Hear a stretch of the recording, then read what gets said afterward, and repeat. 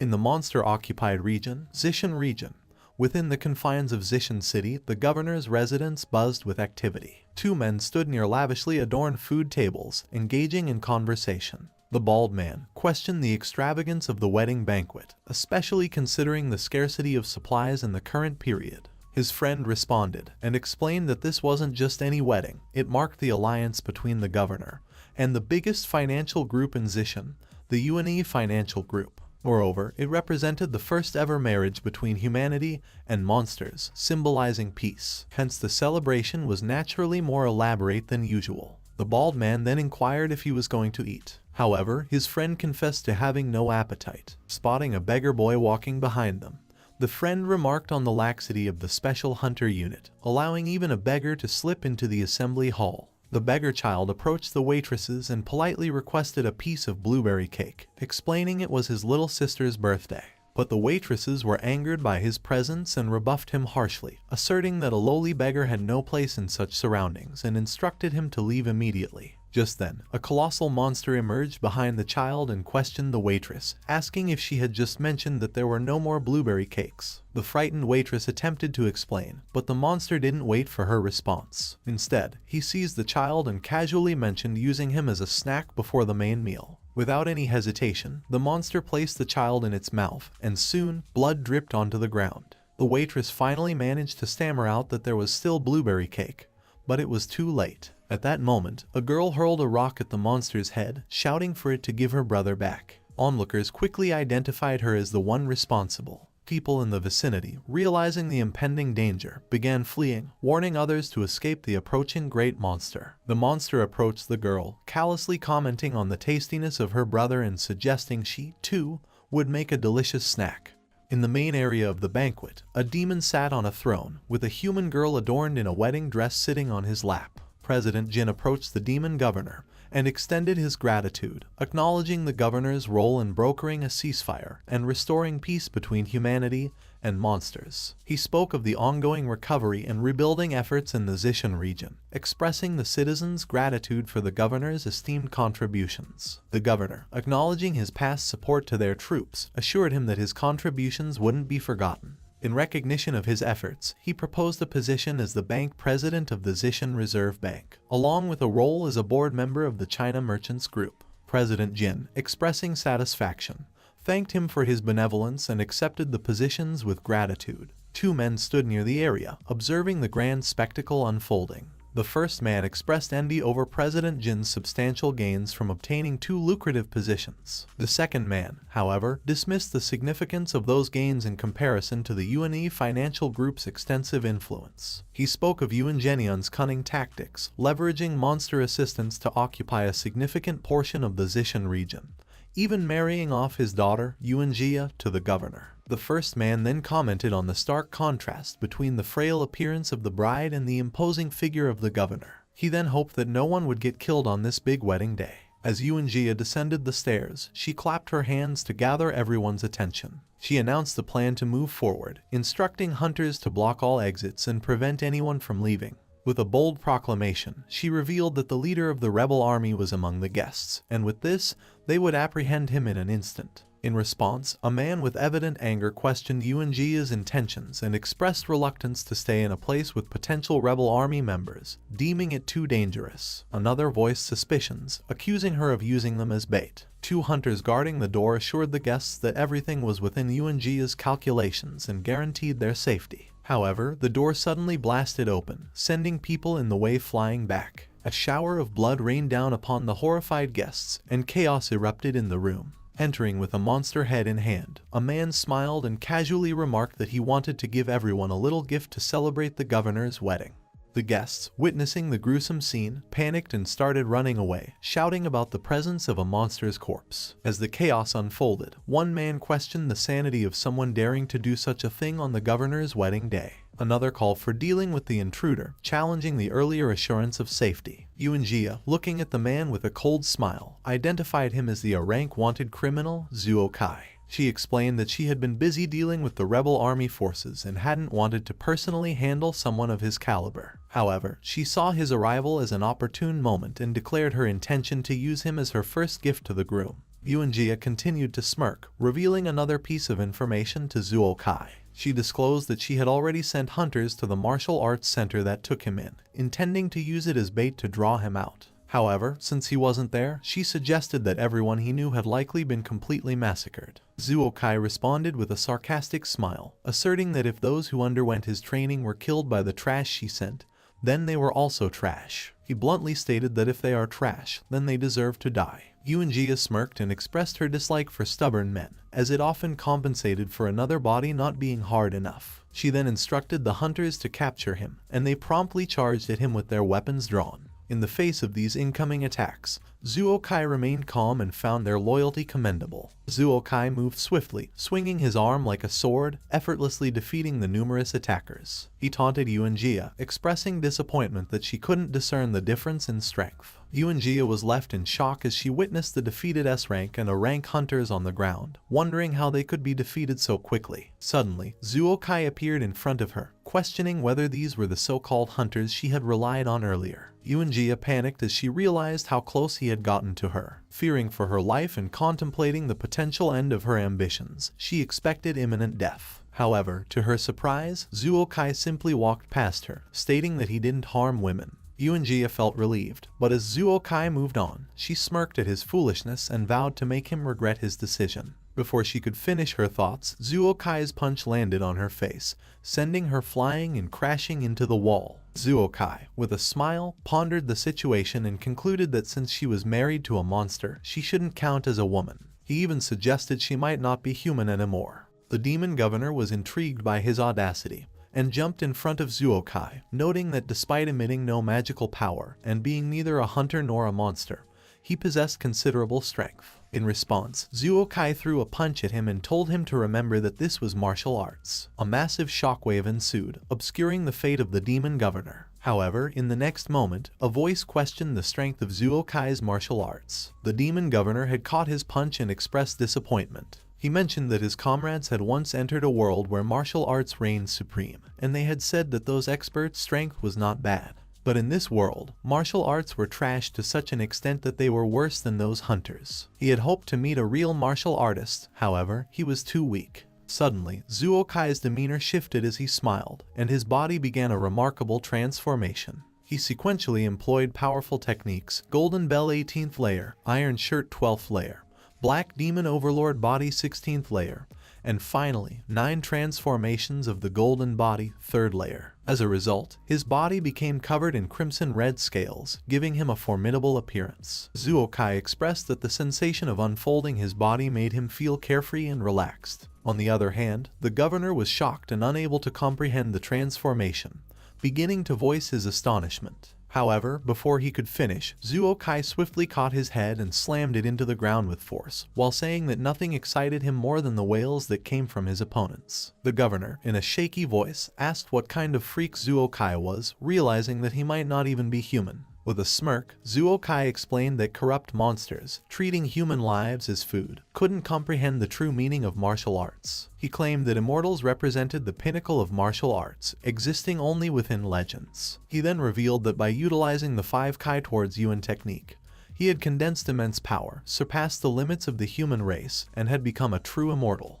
In a martial world many unknown years ago, 2 martial artists found themselves in a fierce battle against a horde of demons. The younger one urgently addressed the Alliance leader, reporting the overwhelming presence of demon beasts surrounding them. The Alliance leader, fighting valiantly, cut a demon in half but coughed up blood, expressing surprise at the unexpected turn of events. He pondered whether this place was a trap, contemplating the prospect of him and the demonic cult leader meeting their end together. The demonic cult leader wore a revealing dress and demonstrated her prowess by killing multiple demons with energy threads. She then asked the 5 Mountain Sword Alliance leader if that was all he could do and if he was about to die soon. If so, it would be better if he let her absorb his internal energy so she could dispatch a few more demonic beasts. Suddenly, a giant demon crushed one of the martial artists and taunted the remaining humans. The demonic cult leader was alarmed by the appearance of another giant demonic beast. She recalled that they had barely managed to kill one by working together, but with their current weakened state, it was impossible. The Alliance leader, resigned to their fate, acknowledged that their journey might be coming to an end.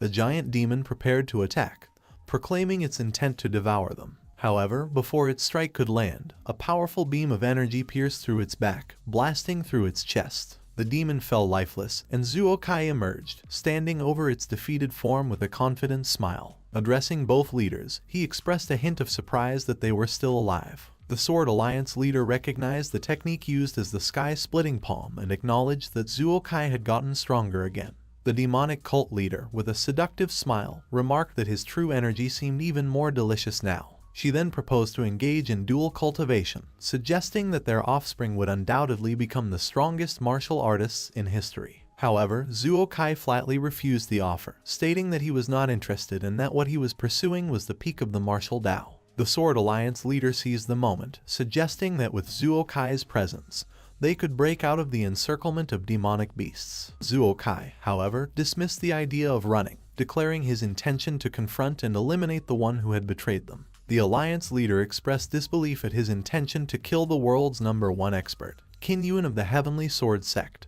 while surrounded by demonic beasts. However, Zuo-kai walked past them, playfully remarking to the Alliance leader not to die and promising to mock him at his gravestone if he did. The Alliance leader retorted confidently, stating that he was still very strong and living until 200 years old wouldn't be a problem for him. Zuo-kai then jumped into the midst of the demonic horde, encouraging them to unleash the same tenacity they once had when opposing him. He then went into a frenzy and started slaughtering the demonic beasts. Elsewhere, a martial artist was suspended in the air, his chest impaled by a demon's tentacles. With a pained voice, he questioned Qin Yuan about the reason behind his betrayal. A masked demon laughed and thanked Qin Yuan, as with his help, all the top experts in the world had been killed in one fell swoop. He questioned Qin Yuan about how it felt watching his comrades die in front of him, but Qin Yuan remained silent. Seeing this, the masked demon found it boring and mentioned that he hated reserved people. Suddenly, he declared the arrival of a guest with an intrigued tone. Zuo-kai arrived on the scene, swiftly dispatching the tentacle demon with a single decisive strike. Observing this, the masked demon expressed interest, considering him a worthy opponent. He contemplated the prospect of stretching his muscles and having some fun. Suddenly, Qin Yuan launched an energy wave at him, but the masked demon questioned what he was doing.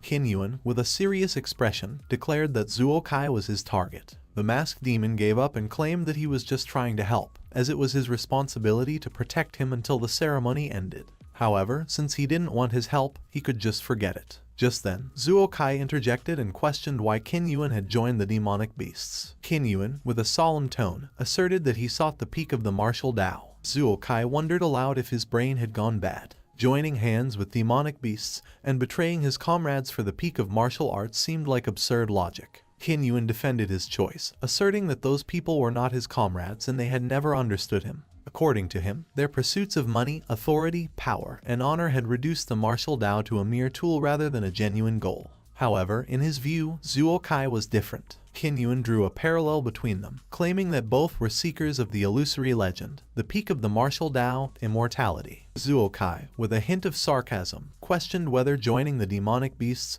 would lead to immortality. If there was actually such a good thing, even he would be tempted. Qin Yuan thanked him, as it was due to the urgency Zuo-kai had instilled in him with his horrifying martial talent that he was urged to cultivate with all his effort. As a result, his cultivation had surpassed all the ancestors in the history of the Heavenly Sword Sect. But that was the end of martial Tao, and there was no road ahead, none at all. Immortality had never existed. Nonetheless, he remained committed to his dream. He recognized the limits of the human body, so the only way to continue exploring the peak of the martial Tao was to transform their bodies into one of the demonic beasts. He implored Zuo-kai to join him, believing that he would have even greater potential than himself after the transformation. And once the transformation ceremony was complete, they would definitely find the path that belonged to them. The masked demon was taken aback by his offer, questioning the decision to share the accumulated energy for the ceremony with Zuo-kai after sacrificing numerous top experts and paying the price of the world.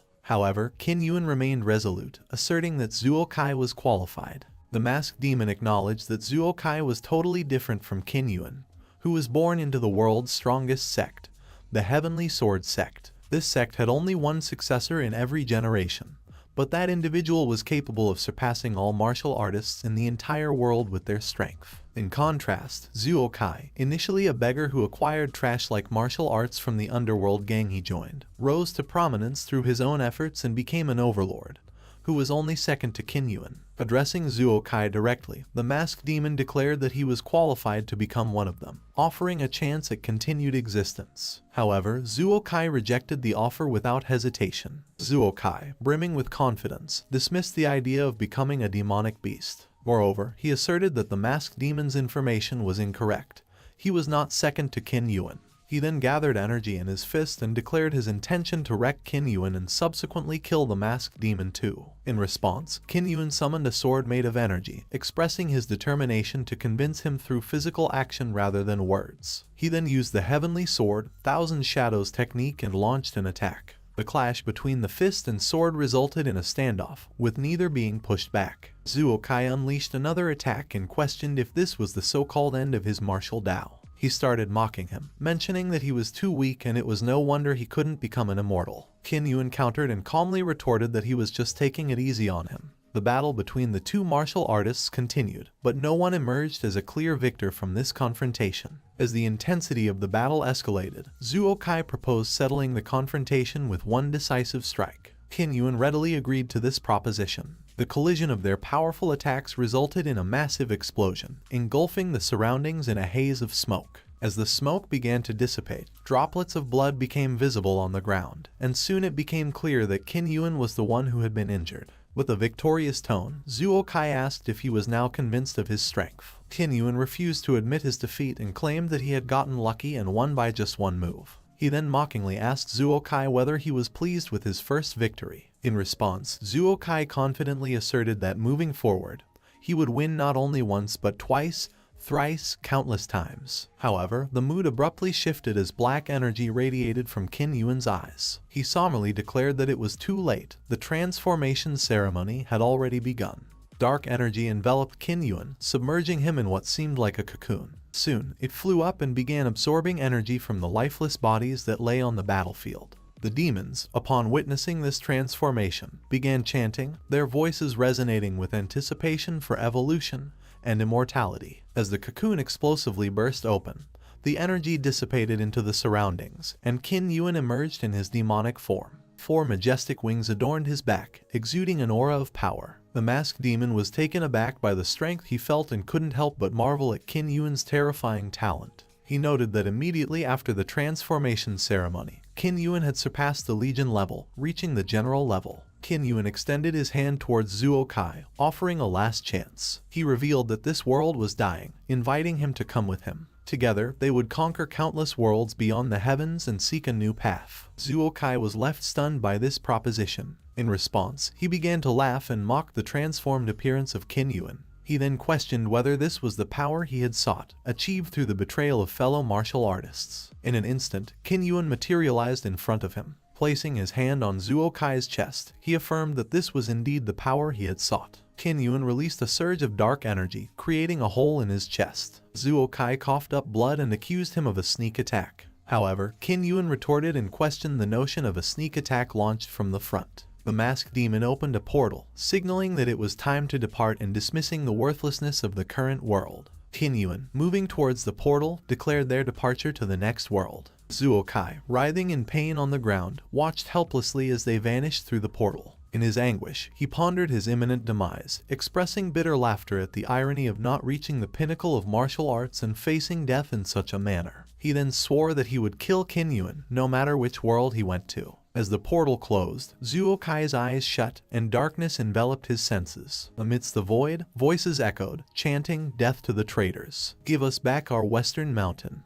The relentless chorus persisted, and soon Zuokai's eyes fluttered open in this noisy atmosphere. Confused, he questioned his state of being. Wasn't he already dead, killed by that bastard Kinyuan? Yet, as he surveyed his surroundings, he found himself in a peculiar room. Elegant furniture and luxurious decor adorned the space in a style unfamiliar to him, and ahead of him lay the lifeless bodies of others, dressed in attire that he found tasteful but unfamiliar. Zuokai decided to remove their clothes and seek out a tailor to customize a new set for himself. However, a sudden realization struck him: he couldn't move. His bones were broken, and he had internal bleeding and serious injuries. Soon, he realized that this wasn't his body. The muscles were clearly under-exercised, and there was also no trace of true Kai in this body. Panic and frustration set in as his consciousness began to blur, but he was unwilling to die again.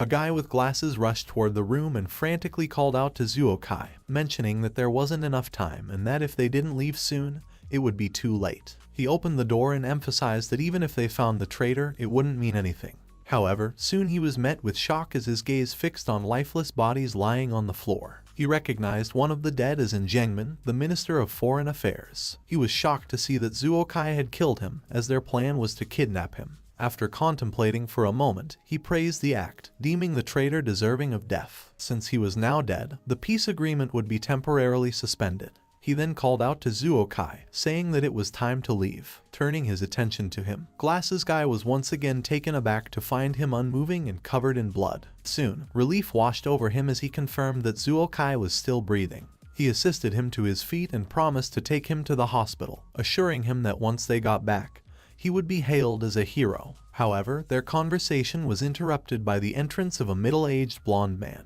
Dismissing the notion of heroes, he scoffed at the idea of parades, riots, and banners, criticizing those who could only play house for daring to call themselves heroes. Blonde man inadvertently halted as he stepped over a lifeless body, his shock evident as he gazed upon the deceased man's face. Turning to the man with glasses, he questioned if this man was dead. Blonde man erupted in anger at their reckless actions. Causing trouble at a diplomat's residence was already a huge deal, but now they had killed Jengmin. He let out a small laugh as he couldn't understand their motives. At first, they were conducting demonstrations and inciting strikes, and now they had started to kill people. They were all college students from Western Mountains University with a bright future ahead of them. So, why would they want to get involved with rebels? Glasses Guy cursed him as a bastard from the Special Intelligence Department, accusing him of posing questions to which he already knew the answers. He asserted that their goal was to prevent the signing of the peace agreement. In response, Blonde Man emphasized that it had taken almost a month for the government to confirm specific details of the peace agreement.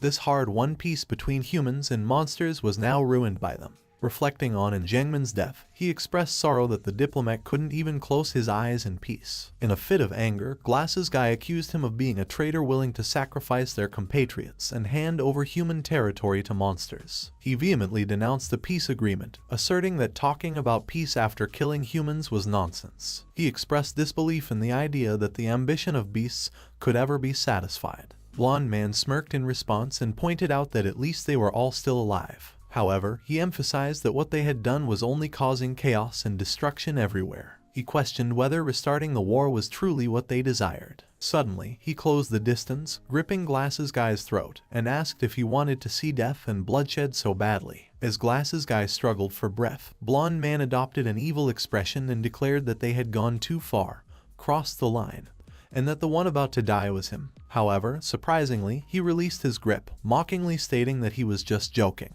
They were precious college students from Western Mountains University, and dying here was out of the question. Moreover, it would be too cheap for them to die so simply. Sometime later, a group of detained students stood before a watchtower, questioning why they had been arrested and demanding their release. They chanted slogans calling for the death of traitors and the return of the Western Mountains. The blonde man stood atop the tower alongside another figure who appeared to be in a position of authority. The prison warden expressed irritation at the noise and questioned why the Special Intelligence Department had placed these students in his prison. He inquired about the number of arrests, and the blonde man responded, stating that all 196 students from Western Mountains University who had caused trouble were here. As if offering a twisted gift, the blonde man suggested that these enthusiastic and lively college students could serve as experimental materials for an important assignment given to his prison by the governor's office. The prison warden rejected the idea, expressing concern about the reputation of Western Mountains University, known as the #1 school in the region. Many prominent figures in politics and business had graduated from the university, and he didn't want to get into any trouble. Upon hearing this, the blonde man questioned if he was scared.